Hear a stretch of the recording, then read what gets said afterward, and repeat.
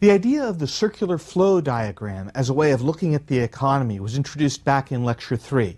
If you remember, that diagram had two main groups of actors in the economy, households and firms, and the households and firms were interacting in three main markets: in markets for goods, markets for labor, and markets for financial capital. The previous lectures have mainly been working through the idea of markets for goods and how they operate. In this lecture, we want to shift to the market for labor.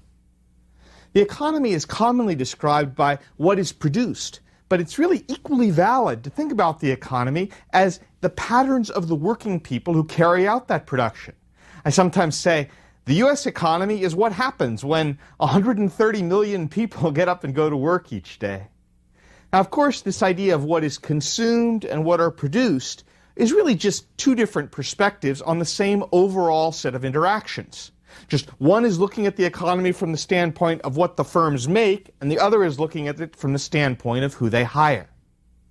Supply and demand is the key to understanding labor markets, just as it is with markets for goods. But there's one major difference as you work your way through the intuition. In goods markets, firms are the suppliers of goods, and households and individuals are the demand for goods. But in the labor market, individuals are the suppliers of labor, and businesses are the demanders of labor. In the labor market, instead of talking about the price of each different good, we talk about the wage or the salary that the worker receives, but that serves the same economic function as the price in the goods market. Just as there are many, many different goods for all different kinds of goods and services with different kinds of characteristics, the market for labor is really many different markets as well. And it has different characteristics for each worker. There could be a market for nurses, a market for firefighters, a market for all the different kinds of jobs. So when you're jumping between markets for goods and markets for labor, you do have to keep these differences in intuition straight. But if you can keep those concepts straight, then the two markets are analyzed in precisely the same way. So let's walk through it for the labor market. Demand for labor is a relationship. In this case, the relationship is between the wage or the salary paid and the quantity of work that employers demand as they're trying to hire people to make their products. A higher wage will tend to make businesses demand a lower quantity of labor, just in the same way that a lower price tends to make consumers demand less of a good. At an intuitive level, this ought to make some sense. Firms are trying to make money. If the cost of labor goes up and up, firms will try to find some ways to cut back on labor. And perhaps they'll be able to substitute some kind of machinery or physical capital, or figure out another method of producing whatever it is they're producing. Well, just how much will an increase in wages reduce the quantity of labor demanded? That will depend, of course, on the elasticity, which works in labor markets just like it does in goods markets. Some firms will have a fairly inelastic demand for labor. That is, a 10% rise in wages would lead to a less than 10% drop in the quantity of labor hired. Some firms will have an elastic demand for labor. A 10% rise in wages would lead to a more than 10% drop in the quantity of labor hired. In many cases, demand for labor will be fairly inelastic in the short run. Firms sort of have hired who they've hired, they're going to work with who they've got. But potentially, the demand for labor can be much more elastic in the long run, when firms have a chance to reorganize production. For example, firms might come up with some whole new kind of technology which allows them to get rid of a whole lot of workers if they've got the time and the incentive to do so. So, back to our trick questions. Trick question: what moves demand for labor? The answer is not the wage. Not the wage. The wage changes the quantity of labor demanded, but remember that demand is the amount of labor demanded at any given price, not at one specific price. So what sort of factors could change the demand for labor at every price, at every wage which would be paid? One factor, for example, is new technology. Historically, going back a couple of centuries now, there's been a major fear that the development of new technology would diminish the demand for labor and drive down wages for all workers. Well, this may have been plausible sort of in the middle of the 19th century, but now we've had about 2 centuries of major technological innovation. And the real lesson seems to be that technology causes labor to be moved and displaced from one industry to another. Certain industries are made obsolete by new technology, but the new technology also helps to create new industries and create jobs. And on average, the use of that new technology makes labor more productive. So the result of the new technology is a shift in the labor market, but it's a shift that results in just about as many jobs, if not more, and also in higher average wages. The changes in demand for different kinds of outputs will also alter the demand for certain kinds of labor. There's a friend of mine, for example, who a few years ago thought that massage therapy was the next big upcoming thing, and he went through a course for massage therapy and became, I think, quite expert at it. But he's not getting hired anywhere because recently demand for massage therapy in his part of the country went down somewhat. You can also think of certain skills like, say, playing the classical violin, where demand for the good or service will determine the extent to which firms are willing to hire, or in that case, orchestras are willing to hire. Ultimately, the willingness of firms to hire workers depends on how much the labor is going to produce. It depends on the productivity of labor. After all, if workers don't produce enough to justify their wage, firms won't hire them. Now, let's think this through in terms of a couple of examples. If workers were producing a lot more than their wage, and don't we all feel one time or another as a worker that we're producing a lot more than our wage, then it should be true in a market that some other firm will come along, hire that worker, and give the worker a raise. Over time, and on average, wages are going to be determined by the value of what labor produces. Now, let's think about supply of labor. Again, supply is a relationship to economists. In this case, supply is a relationship between the wage and the quantity of work supplied or provided by workers. A higher wage would typically mean a higher quantity of labor supplied. Now, at an intuitive level, this should make some sense. A higher wage makes it more attractive to work, and so there'll be a little bit more of a quantity supplied of labor. Precisely how much will an increase in the wage increase the quantity of labor supplied? Well, that depends on our friend, the elasticity of labor supply. For many full-time workers in the economy, and by full-time workers I mean sort of workers who are working about 40 hours a week, labor supply is pretty inelastic. That is, a 10% increase in their wages leads to less than a 10% increase in their work hours. However, many full-time workers don't actually have a lot of ability to adjust their hours of labor, so it's not quite clear whether this is their choice or not. As a first approximation, though, it's probably true to say higher wages don't change the quantity of labor supplied by very much for full-time adult workers. However, for part-time workers or workers who are providing a secondary income for their family or teenage workers, labor supply is probably more elastic. That is, for that group, a 10% increase in wages might easily lead to more than a 10% increase in hours of work. Trick question. You should be getting used to my trick questions now. What causes the supply of labor to shift? The answer is not the wage. Wage doesn't cause supply to shift. The labor supply covers a whole range of wages and a whole range of salaries. When the wage changes, the quantity supplied of labor shifts, but the supply itself doesn't move. Now, what sort of factors might affect the supply of labor in a way that would cause the entire labor supply curve to shift? Well, some possibilities might include things like changes in population. As the population gets bigger, there's going to be more labor supplied at any given wage or salary. There can also be shifts in the demographics of a population. For example, when a population is very young, it's typical to believe that, in general, those workers might not be highly attached to the workforce. Or if the population, much of it is exceptionally old, again, there's a sense that many people might be on the edge of retirement.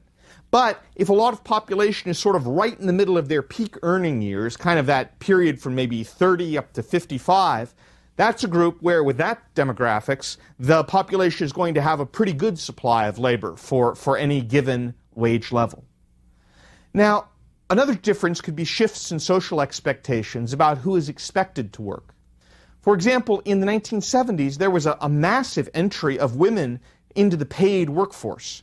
Many women who'd been working in the household sector decided, in one reason or another, to go off and get paid jobs. That was a dramatic shift in the supply of labor the economy had at every given wage or price. There are many different types of markets for different types of labor that are all going to have different skills and characteristics. Again, you can think about those in some ways in terms of jobs, like markets for nurses, markets for people who cut hair, markets for engineers, markets for economists. In each market, the equilibrium wage will be determined by where the quantity of labor supplied is equal to the quantity of labor demanded in that particular market. For example, let's think about a given market like the labor market for skilled nurses in a certain metropolitan area. If it was true that the wage was below the equilibrium level, then that low wage means that the quantity demanded is going to be pretty high. The low wage encourages hospitals to hire, but the quantity supplied is likely to be fairly low because of the low wage. A shortage develops. The quantity demanded is greater than the quantity supplied, and wages of nurses will be bid up in that local market toward the equilibrium level. What about in that local market if the wage was above the equilibrium level?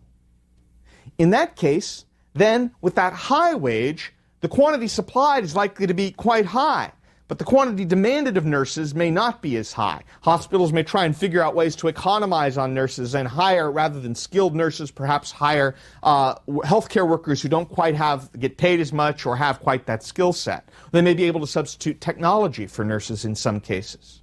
So in that situation, the quantity supplied is high, the quantity demanded is perhaps not as high. There'll be a surplus of skilled nurses trying to get jobs. And over time, the wage will tend to fall in that labor market or not rise as much for a time.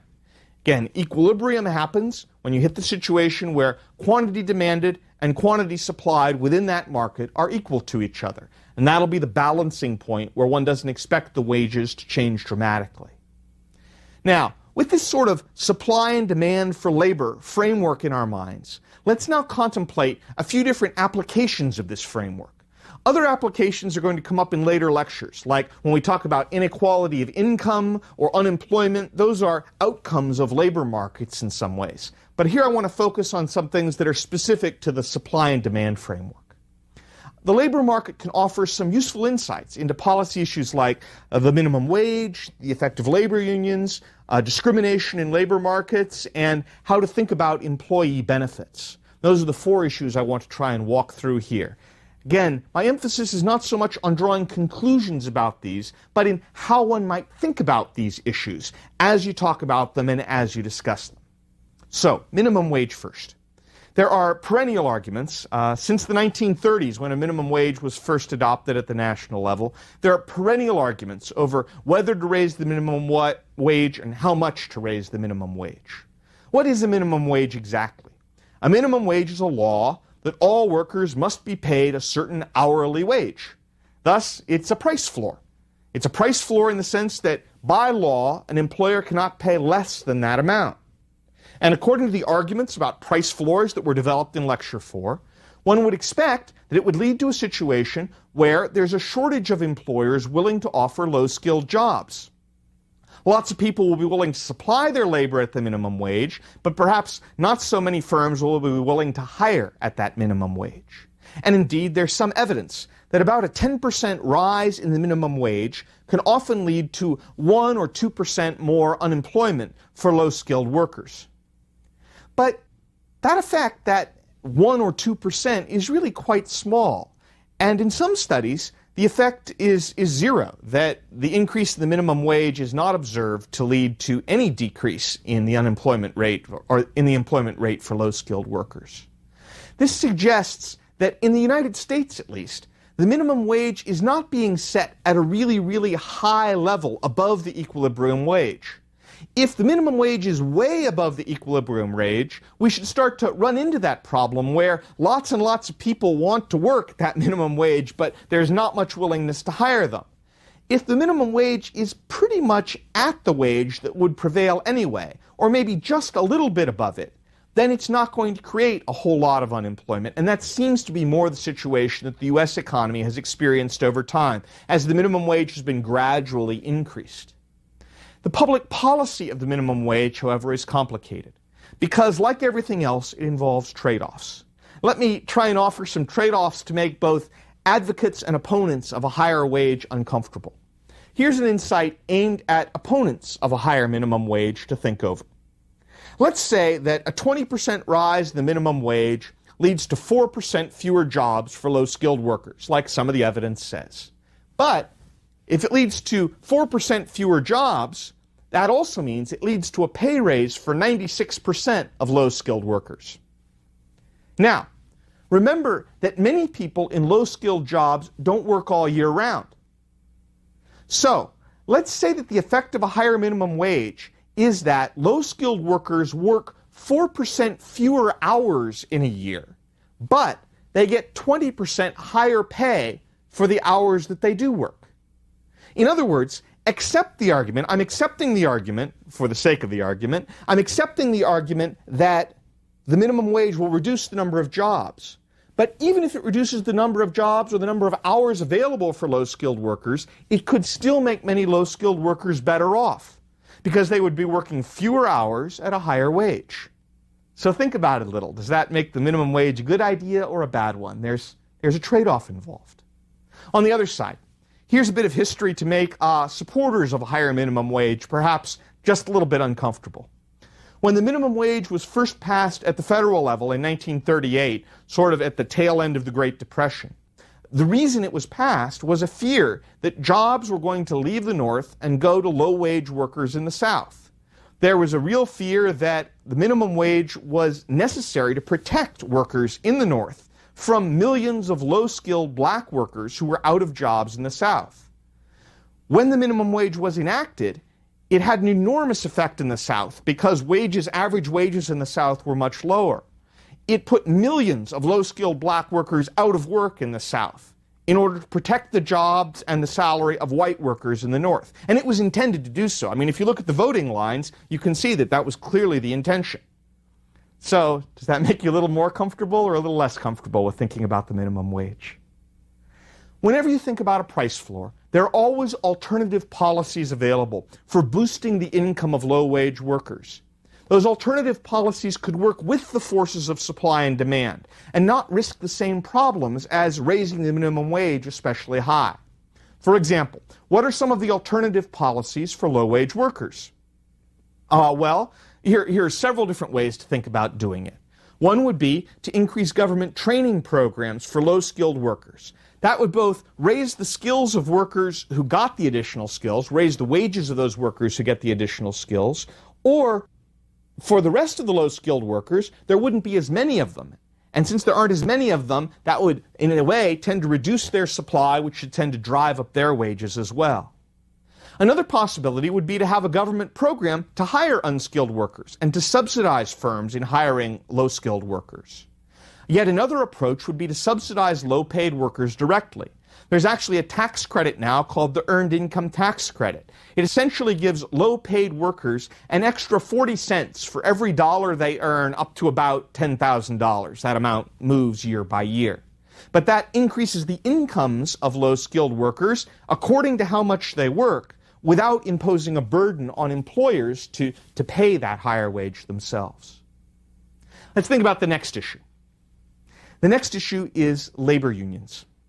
I found that people have really strong feelings on both sides of labor unions. And I've been a labor union member, actually, as a newspaper writer for a while, although I haven't been the last few years. So the basic bottom line everyone wants to know, are labor unions good or are labor unions bad? And just a little bit of thought suggests that the answer to this is not obvious or straightforward. Think about some basic facts. Lots of European countries have extremely high unionized workforces compared to the United States. Countries like the United Kingdom or Italy often have 40% or more of their workforce belonging to a labor union. Some of the Scandinavian countries like Sweden and Denmark have 70 or 80% of their workforce in a labor union. Now, of course, these economies have their issues and they have problems like all economies, but there's just no denying that those sorts of economies do provide a standard of living that is quite high by world standards. They haven't been crippled and dragged down to a Latin American or an African standard of living because they have a highly unionized workforce. The U.S. had 1/3 of its workforce unionized in the 1950s, and the U.S. economy grew quite well in the 1950s and quite well into the 1960s. Now the U.S. labor force only has about 13% of the workforce unionized, so there's been an enormous decline. Labor unions basically serve just two functions, or they could serve two functions, two alternative functions. One function is that a labor union can just threaten. It can threaten and say, keep wages high or we strike, keep wages high or we strike. A very militant union might take that position. If the union does take that approach, employers will, over time, find ways to conserve on union labor. They'll find ways to use machinery, they'll find ways to buy stuff from other firms, and in general, the size of the union will diminish over time. I think to some extent that's what happened with steelworkers unions and the auto workers unions in the U.S. The other possibility for unions is that a union could help in building better communication in the workplace, and ultimately in building a more productive workforce. There are all sorts of things like apprenticeships and daycare and giving labor a voice and giving workers an incentive to work hard and making them feel like they're part of the organization that a union can help implement. And in helping to implement those things can help the productivity of firms. That model, for example, is applied pretty well in Germany and a certain number of other European countries. Now, most unions have elements of both of these. It's sort of like a Jekyll and Hyde personality. Sometimes they're militant and they don't care, all they want is higher wages, and other times they're a voice for labor that helps integrate labor into the decisions that are made about production in an economy. So I think the question of whether unions are good or bad is way too simple. It's a question of how unions behave. Although I do think that as unions continually diminish in size in the U.S., I do wonder sometimes if at least a potentially valuable voice for labor isn't being lost or muted. Third issue I wanted to talk about, labor market discrimination. In economic terms, labor market discrimination occurs when an equally qualified person is turned down for a job or paid less because of their gender or race or some factor like that. In our framework, we would say that demand for the labor of specific groups is less because of gender or race. But in thinking about discrimination in an economic perspective, it's useful to remember that discrimination comes in many different shapes, and in some cases, markets might even fight discrimination. For example, let's think about different sorts of discrimination that might occur. Let's say, for example, that workers from certain groups or certain genders are paid less because they're less productive. And in turn, they're less productive because they were discriminated against earlier in life. For example, perhaps they had inadequate schooling, or perhaps society discouraged people from taking certain career paths earlier on. Now, in that way, the low market wages that group receives are passing along the bad news in a way that discrimination occurred earlier. But the employers aren't the ones doing the discriminating. The employers are paying people what they produce. They're just providing the bad news that discrimination had already happened. Here's another scenario for discrimination. Maybe workers are equally productive in the same job, but some workers are paid less than others. Now, if this happens, it makes more sense to say it's the employers who are doing the discriminating, and we really need to go after the employer discrimination in an aggressive way. But if workers are paid less than they produce, if some workers are paid less than they produce, then it would seem like some non-discriminatory employer would find that worker to be pretty attractive and be able to give them a raise and hire them, because after all, they're producing more than they're getting paid. In that way, being a non-discriminatory employer means you can attract all of the really good workers who are discriminated against by other employers. Being non-discriminatory can actually earn you additional profit in this scenario, and the market can help fight against a certain kind of discrimination. In yet another scenario, markets might reinforce discrimination. Let's say, for example, that the customers of a certain firm are bigoted, and they don't want to deal with workers from a certain ethnic group, or they don't want to deal with workers of a certain gender in a certain job. Or let's say that most of the workers in the workforce are bigoted. And if they are forced to work with members of the undesired group, then the workers are going to have low morale and low productivity. Now, in that case, a profit-maximizing firm will have to act as a mechanism for reproducing discrimination in the workforce. Because when it tries to please its customers, when it tries to please its workers, it will discriminate. That's what its customers and its existing workers want. Yet another discrimination scenario. Last one.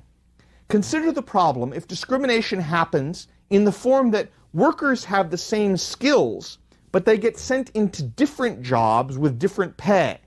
This is often the scenario with gender discrimination that they call the pink-collar ghetto, that women get funneled into certain kinds of jobs, perhaps secretarial jobs, that have no chance of advancement, whereas men get funneled into jobs that might have a similar skill level, but do have some potential for advancement.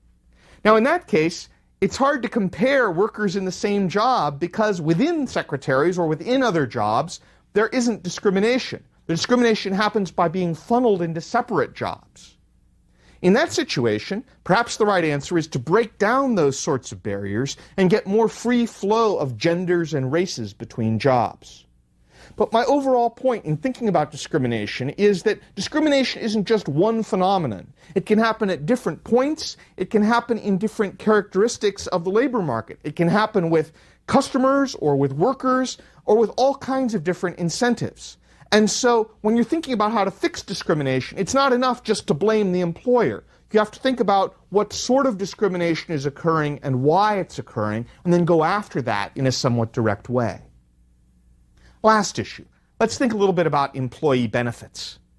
Employees often like to think about shifting some costs to their employers.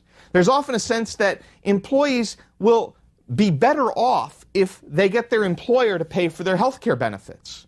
Or employees are better off because half of their Social Security contribution is made by their employer.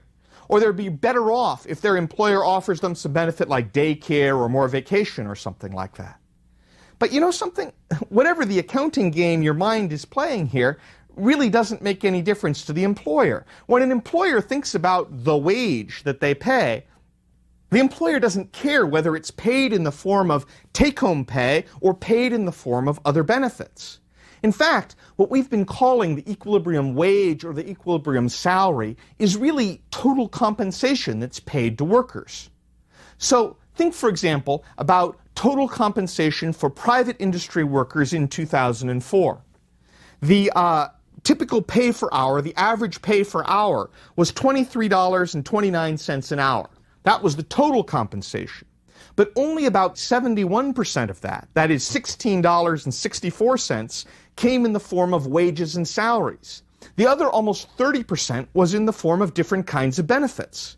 For example, about 10% of it was in the form of retirement benefits, either Social Security or stuff for Medicare or retirement and savings accounts for the employee. Another 6% or so was vacation leave. Another 6% or 7% was health insurance. And so when you think about what you're getting paid, your total compensation is the whole package of take-home pay and benefits. It's not just one or the other. You often see, for example, in labor market negotiations, particularly in union negotiations, where workers have to choose. Do you want higher wages or do you want better health insurance? And workers quite explicitly have to negotiate and bargain in that situation for one or the other. So don't kid yourself that your employer is really, just out of the generosity of your employer's heart, paying for your Social Security benefits, paying for your health insurance, paying for your retirement. The employer might be signing the checks for some of those things, but you are paying in lower take-home pay. To many of us, much of the time, our job feels kind of like a social relationship between us and our employer.